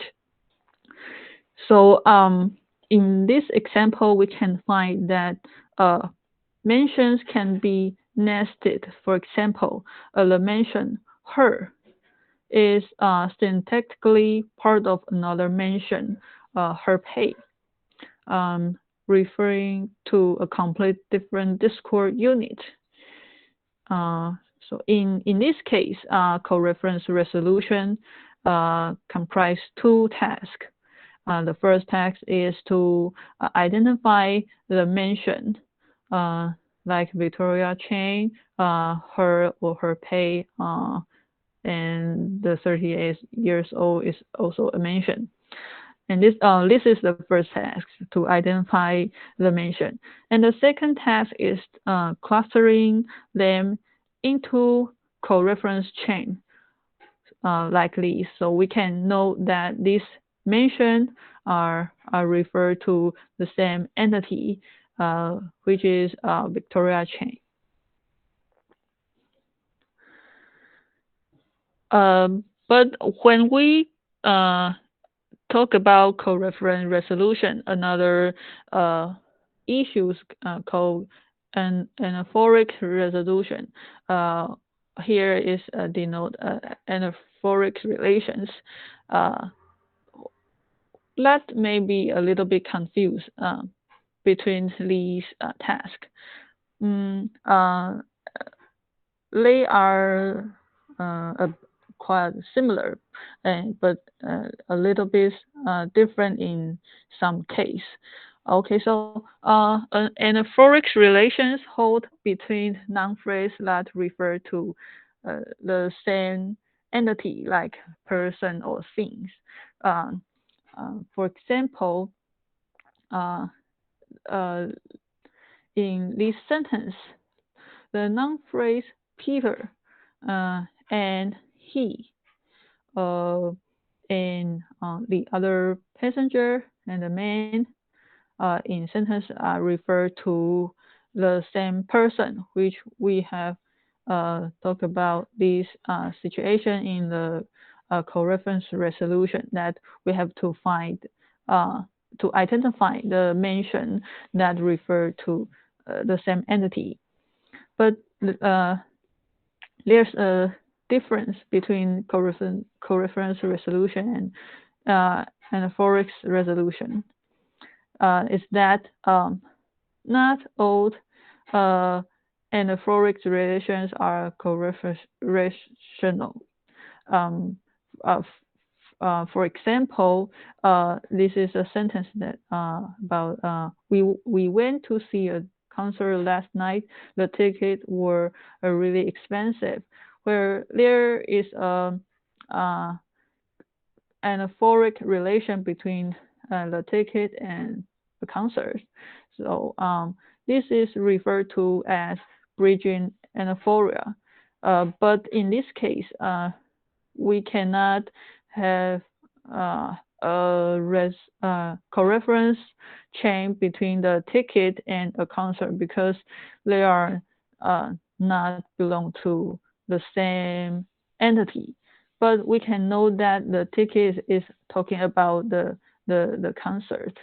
So it is an anaphoric relation. Okay.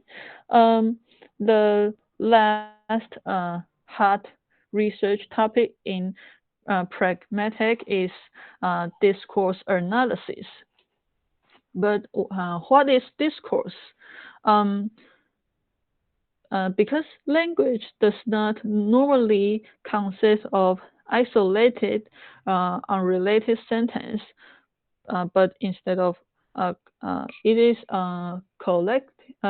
collocated, structured, coherent group of sentence, right?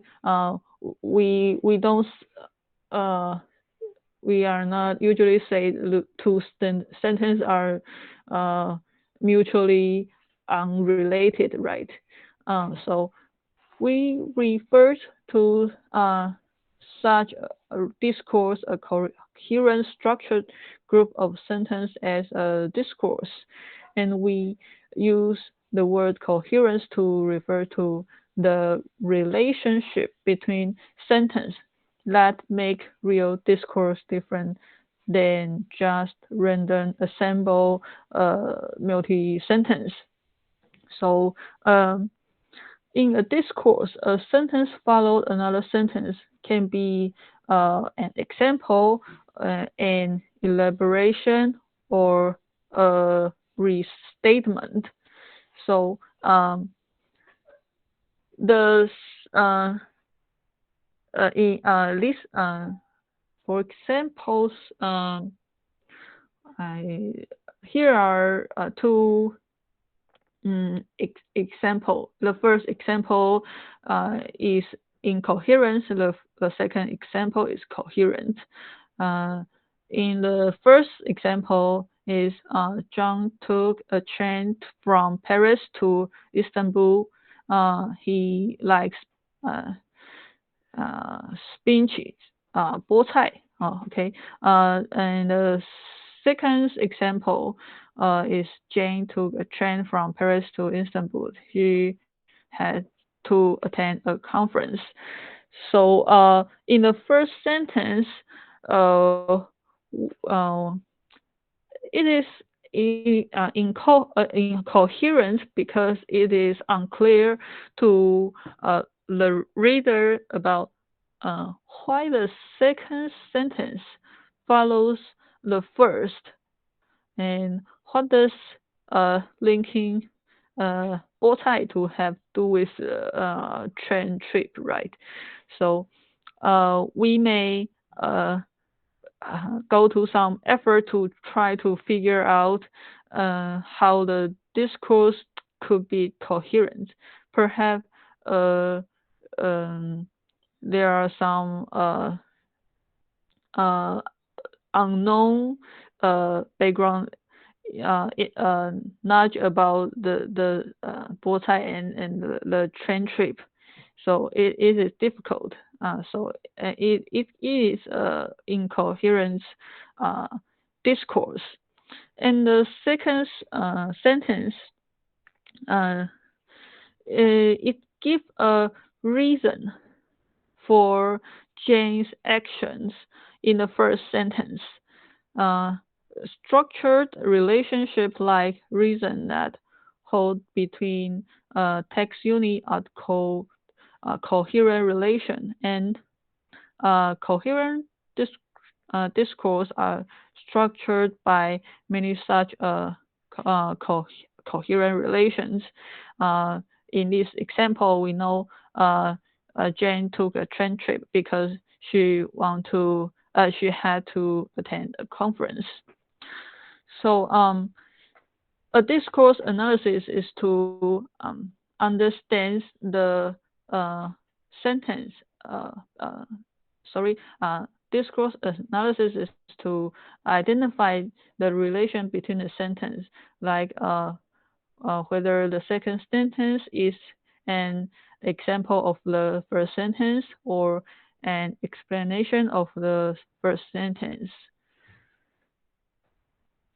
So the discourse analysis, uh, we can also call this text as a discourse relation labeling.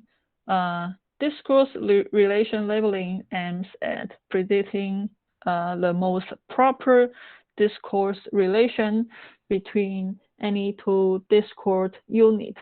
Actually, we say that discourse units as a text bands in the uh, discourse. Mm, so to conduct the uh, okay, what can I say that? If we want to train a discourse relation labeling model, we can use a resource called the Penn Discourse Tree Band. It is a commonly used dataset that embody another model of coherence relations. So for labeling discourse relation, in the Penn discourse tree band, it defined four discourse relations, including temporal, contingency, comparison, and expansion. Temporal relations are marketed when the situation described in the argument or discourse unit are related temporally, uh, either synchronously or sequentially. So, in other words, is represent that the two sentence is has a relation about the which event is the first or which event is the second happen and at the second times. Okay. So then for the contingencies is annotated when one of the situations described in a, a discourse unit causally influence the other discourse unit. Okay, then for comparison relation highlight difference between the two discourse units of a relation. And for the other relation is expansion. Expansion covers those relations where the second discourse units expand the discourse of the uh, first discourse unit or move it narrative forward. So, in addition, in addition to these four discourse relations, that not all coherent relations are marked by an explicit word. Uh, so the pen discourse treatment also contains the relation about explicitity and implicitity. Um, so uh, it can annotate the neighbor sentence with no explicit signal. Uh, for example, if there is not a word to explicitly denote the relation, it is denoted as an implicit relation. So in this example, is a Chinese. Uh, we have three Chinese sentences. So in Chinese, the relation usually occur in the sentence which contains many clauses. In this example, we have three clauses. So a comparison relation occurs between the first and the last two clauses, and a contingency relation occurs between the second clause and the third clause. An explicitly paired discourse marker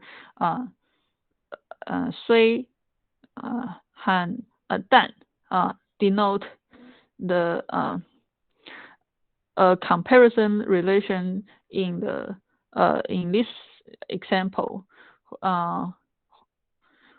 where the first clause is the first argument in this relation, and the second and third clause are the second argument of this relation. Okay, and the second clause is the clause argument of the contingency relations, and the third clause is its effect. So in this example, it shows a nested relation which make relation labeling and relation structure determination challenging. Okay. So we have talked about the linguistic fundamentals, including morphology, syntax, semantic, pragmatic. So I think we have some basic concept or on natural language processing. But so what can I say that so someone would say that natural language processing is difficult, but why natural language processing is difficult? I think it is difficult because natural language is highly ambiguous, and we have seen a lot of ambiguity in different level, right? Uh, uh, Especially human language is special for several reasons. It is specifically constructed to convey the speaker or the writer meanings. So understanding human language is considered a difficult task due to its complexity. And for the ambiguity in different level, we can divide it into uh, we can divide the ambiguity into three levels. The first level is lexical level. For example, there is an infinity number of different ways to arrange word in a sentence, right? Uh, Also, words have several meanings, and contextual information is necessary to correctly interpret sentence. And uh, for example, the different parts of speech make the lexical has different meaning. uh, we have talked about the example that can, right? They can fish. The word can be a modal verb or a verb. So based on different part of speech, the sentence meaning is different, and uh, uh, and it can be depend on different uh, lexical semantic, right? Bank. It can be the meaning of money or the meaning of a river. So it's also an ambiguity problem. Uh, for uh, the syntactic level, for the syntactic ambiguities problem, um, uh, because syntactic concern the structures of the sentence. So based on different parsing result, we can have different meaning of the sentence. Um, for example, the sentence saw the boy in the park. If we parse like this, there is a, a verb phrase, and um, the race part is the boy and in the park. This means that the writer see the boy in the park. And for the second parsing result is uh, uh, uh, the writer saw uh, someone is the boy in the park. So this means he or she killed the boy. 所以换句话说，在这样情况下，不同的剖析的结果，受因为可以是不同的意思，受有看到的意思，还有呃呃锯东西的意思，所以在这样情境下，他可以说是他在在公园看到一个小男孩，或者他是砍了一个在公园的小男孩。Okay, so this is a syntactic ambiguity problem.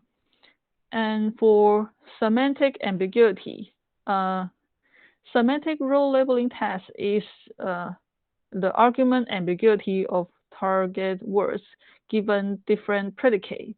That is, given different predicate, a word could bear distinct text. For example, the sentence John told Pat to cut off the tree.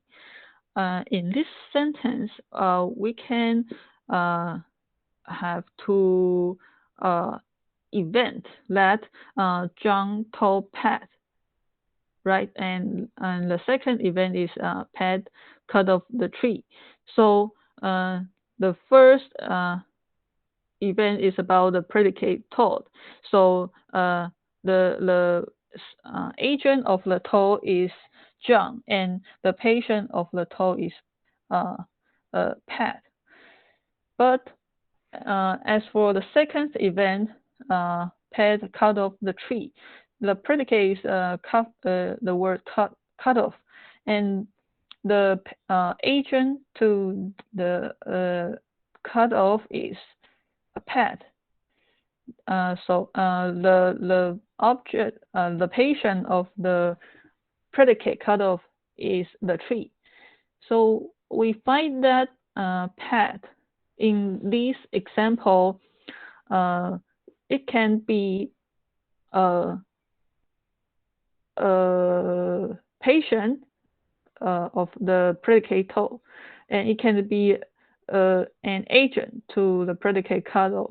So it carries two distinct texts about patient and agent. So this is a kind of semantic ambiguity problem. So I think these three labels makes natural language processing difficult. Okay, so we have finished today's lesson.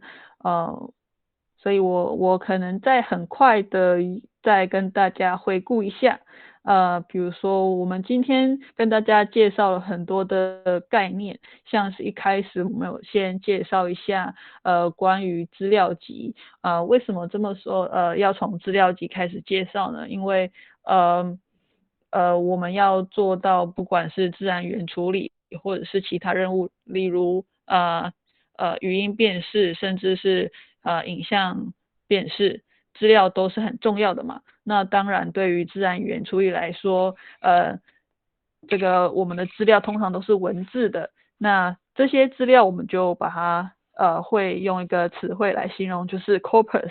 所以我们前面有提到，corpus 的是根据我们的任务来定的，就是如果我们想要做机器翻译，那么会有一个双语平行语料库。那它可能是如果是做英文到法语的翻译，那我们就会有这种平行语料库，它包含了英文、法语的对应的翻译，来让我们可以做后续的任务。比如说，我们可以拿它来用机器学习的一些方法来训练机器翻译的这个模型。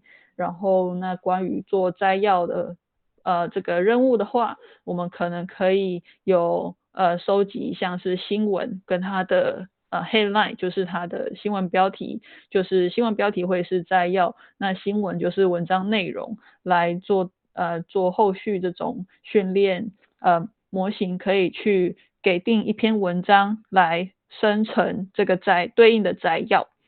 所以前面跟大家介绍了这些关于资料集的概念。那当然就是有提到说资料集的来源可能有很多，可能是来自书籍，那甚至现在有很多自然语言相关的应用，我们都是收集来自社群媒体平台上的发文来做研究的。那比如说像我们上次有提到分析在群众在网络上对一些议题的意见，然后甚至我们有一些会从这个论坛上收集。那收集做的应用会有什么呢？比如说我们可以去探讨比如说人在对某个公共议题上是否要废除死刑这样的议题来做辩论，那我们可以去分析说不同人他所抱持的观点是什么，所以我们也可以从这种论坛来收集这些不同人所发表的言论。那接下来就是很快的探讨了什么词啊字啊词啊句子啊文章段落这样子，然后再来还有就是关于用不同资料集我们可以做的任务，就是我们可能有时候会想要把一些不太重要的词去掉，但是如果我们的任务是这些不重要的词是我们想要侦测的一些线索，比如说在这篇论文里面想要探讨的是人在提到这些discourse marker，就是像是我们会讲然后就是那个的时候，我们可能在想一些事情，那我们是想要去侦测人在讲那个的时候是在回想的事情的一个线索，那它就会被特别保留下来用在这样的任务上。好，那再来就是我们今天最重要的是谈到了4个语言学上的一些基本的概念，那这些概念是跟自然语言处理非常密切相关的。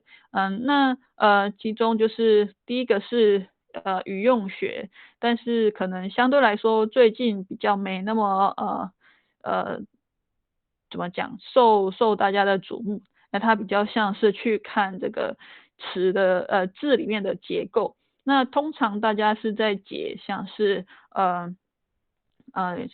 syntax 这种语句的句子里面的结构啊，还有语义啊，还有那个篇章段落之间这个句子之间的关系的。那好，所以在这个 syntax 的部分我们有介绍了词性的标注，其中词性标注其实是很重要的，它可以帮助我们知道说这个句子里面在谈的通常名词是很重要的嘛，对吗？就是名词我们可以知道说这句子里面在谈什么，甚至名词呢可以进一步帮助我们抓出说这个句子里面谈到的特定的一个 name entity 是什么。那这个 name entity 呢，可能是人名，可能是公司名称等等的。那我们如果可以去辨识出这些资讯，那我们就可以有助于我们的下游任务。那么这些下游任务可能是什么呢？比如说我们想要去抽出这个句子里面的结构化的资讯，那就可以透过这些 tagging 的方式来帮我们抽出重要的资讯，这样子。好，那所以再来是谈到一些就是句子可能会有一些模糊的部分，这个模糊首先可能来自于它的不同的词性，就是我们刚刚有提到，就是can 这个词，它如果是不同词性的时候，导致这个句子有不同的意义。那同学可能会问说，如果是这样的话，我们怎么办呢？那其实通常我们在实作上，它都是选择最有可能的那个，所以在这一句其实最有可能还是说它是在表达他们可以钓鱼的这个意思。那再来是我们有提到一个context-free grammar， 那它是用它是一个定义好的一个rules 来用于这个contingency processing structure 的，然后所以这些结构就是用这个 rule 来表示。好，然后这边很快跟大家说明一下，就是我们刚刚有提到的不同的剖析的结果导致这个意思会不同。那再来还有谈到这个 dependency parsing， 那么相较于前面的这个contingency parsing， 那么 dependency parsing 其实它是更简洁的表达字跟字的在句子中的关系。那基于这些关系，我们更能够可以有效的去理解词的关系，然后把它整理成结构化的资讯。那这些结构化的资讯又是什么呢？比如说我们就可以连接到下一步的这个语义上面的理解，像是我们可以知道说在句子里面这些词的关系等于是什么样的角色我们比如说我们就可以知道说施事者是谁受试者是谁，然后来知道说了解这个事件，了解了句子里面所表达的事件呢，我们就可以应用，比如说我刚刚有提到的问答的应用这样子。好，然后接下来是有一些资源。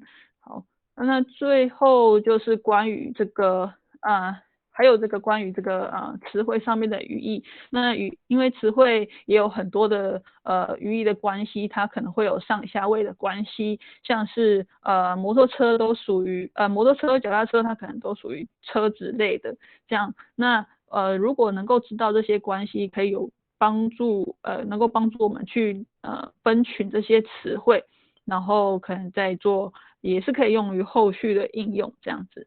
所以我们常用的资源是 WordNet。好，最后就是关于这个篇章结构里面的关系。那我们有谈到很多其中比如说像是这些量词它修饰的范围，还有在句子里面这个说话者的这个意图是什么，然后还有如果我们要去知道篇章结构里面的关系，我们需要去做到这个同指涉的这个解析，去知道说提到这个词是指涉到哪个词。然后最后是了解句子之间的关系，比如说句子这两句之间是第二句是解释第一句呢，还是呢他们是有时间上的关系？好，那所以这是我们今天课堂上所讲述到的这几个概念。好，那如果同学有问题的话，可以留言给我，或者是你们可以再另外寄信给我。那如果没有问题的话，我们的今天的课程就到这边，大家可以下课休息了。